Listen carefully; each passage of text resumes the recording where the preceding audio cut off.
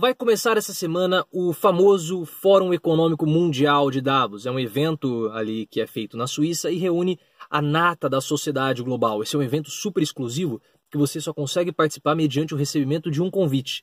Então você vai ter ali, participando desse evento, líderes, chefes das principais empresas do mundo, chefes de Estado, líderes de governo, representantes de ONGs e também representantes da sociedade, como algumas super celebridades. Elton John já participou desse evento, Cate Blanchett também já participou. E é possível que ano que vem eu também receba um convite para participar desse evento super exclusivo. Caso você dê o like aqui no canal, se inscreva, deixe o seu comentário para me ajudar a poder ir lá para Davos em 2020. Com certeza, com o seu apoio, eu irei para lá. Mas assim, brincadeiras à parte, esse evento de fato é um evento bastante importante. Ele foi feito pela primeira vez em 1971. E o objetivo desse evento, lá na sua origem, era reunir empresários europeus com empresários americanos para que os europeus pudessem aprender com os americanos. Então existe um caráter ali muito grande de trocas de experiência, trocas de informação, intercâmbio, podemos falar também intercâmbio cultural. E é interessante porque o Fórum de Davos, ele tenta ali discutir assuntos importantes para o cenário econômico, para o cenário mundial. Então você vai ter ali discussões de problemas econômicos de alguns países, conflitos internacionais e também o meio ambiente. E a reunião de Davos nesse ano, ela tem uma grande expectativa e está cercada por muita atenção, porque nós temos aí países em guerra comercial, Estados Unidos com a China, por exemplo. O mundo não está crescendo no ritmo que os economistas ou que os próprios países esperavam. Então isso causa bastante tensão em um evento que vai estar esvaziado dos principais países do mundo. Para você ter uma ideia, do grupo do G7, que são as principais economias do mundo, somente 3 países terão seus representantes: Japão, Itália e Alemanha. Estados Unidos, com o Donald Trump não irá para o Fórum de Davos, porque você sabe, Donald Trump está enfrentando uma crise seríssima em seu governo, com a paralisação parcial do seu governo. Você também tem na França, Macron também não irá para a Suíça porque ele está tendo enormes problemas com os coletes amarelos lá na França. E também na Inglaterra, no Reino Unido, Theresa May ali sofreu uma derrota muito séria por conta do Brexit e agora está tendo que lidar com esse assunto. E foi tão sério esse problema com o Brexit que algumas pessoas até mesmo ventilavam a possibilidade de Theresa May abandonar o cargo.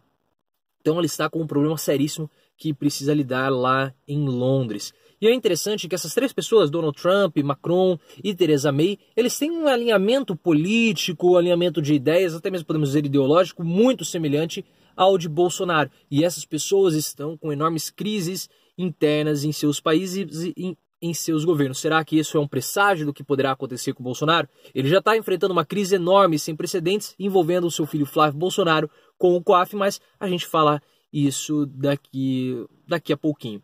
E por conta das ausências desses governantes, Bolsonaro ele é alçado à posição de protagonista desse fórum, porque vai ser a primeira viagem internacional de Bolsonaro como presidente do Brasil.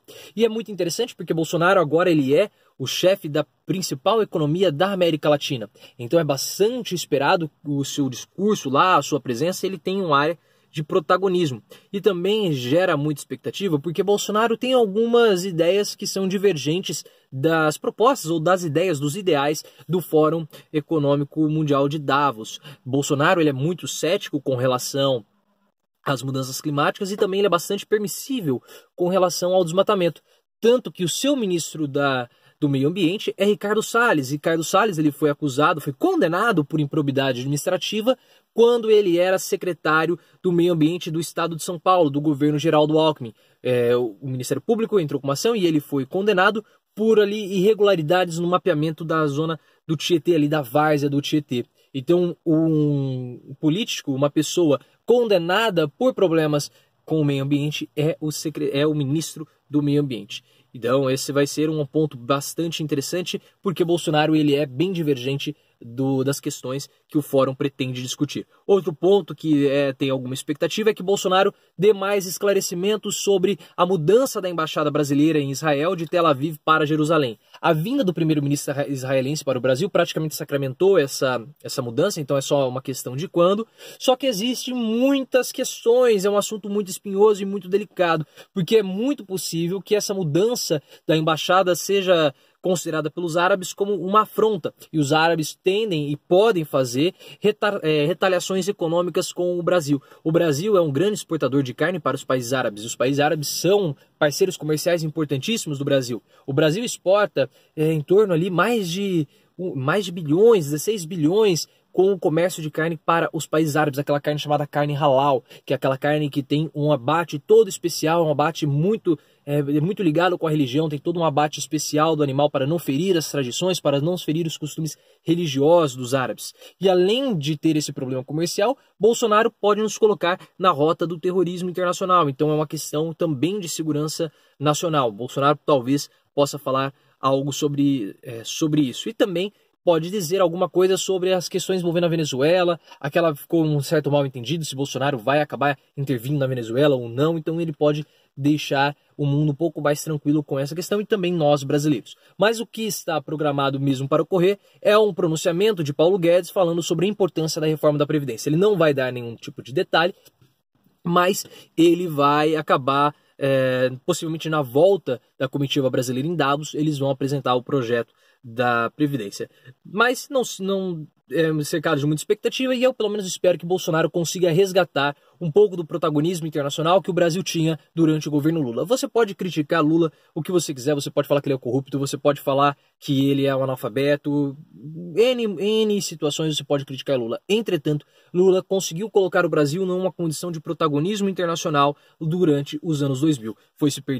Esse protagonismo foi se perdendo com Dilma, e agora com Temer, o Brasil é completamente relevante no cenário internacional. Durante a época de Lula, o Brasil até pleiteou uma posição ali no Conselho de Segurança da ONU. E aí eu espero que Bolsonaro consiga recuperar esse prestígio internacional que o Brasil tinha. O Brasil ali teve grandes pessoas, grandes diplomatas. Sérgio Vieira de Mello, por exemplo, foi um grande diplomata, possivelmente você não o conhece.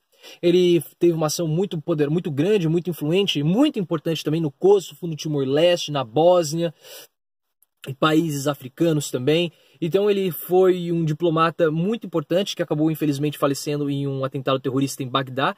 Um carro-bomba explodiu no local onde ele estava, e se ele não tivesse morrido nesse atentado, ele seria o sucessor de Kofi Annan como secretário-geral da ONU. Então Sérgio Vieira de Mello foi um brasileiro ali no cenário internacional muito importante e fez parte também desse movimento de protagonismo do Brasil durante os anos 2000. O Brasil alcançou esse cenário de protagonismo, e eu espero que o Brasil volte a ter esse cenário de protagonista internacional.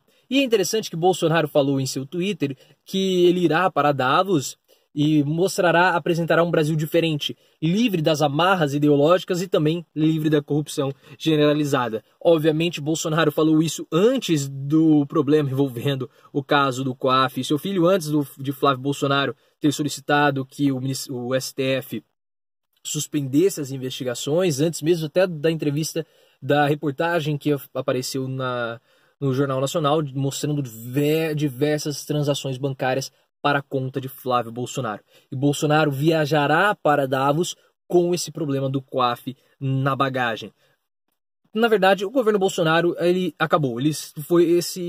Essa reportagem do Jornal Nacional, aliada a esse problema do COAF e também com o atestado de que Flávio Bolsonaro passou ao pedir a suspensão das investigações, mostra que, na verdade, existe um problema ali sério, porque ele está impedindo que as investigações prossigam, está postergando as investigações, isso causou enorme desconforto na base dos militares, e, na verdade, o governo Bolsonaro está destruído.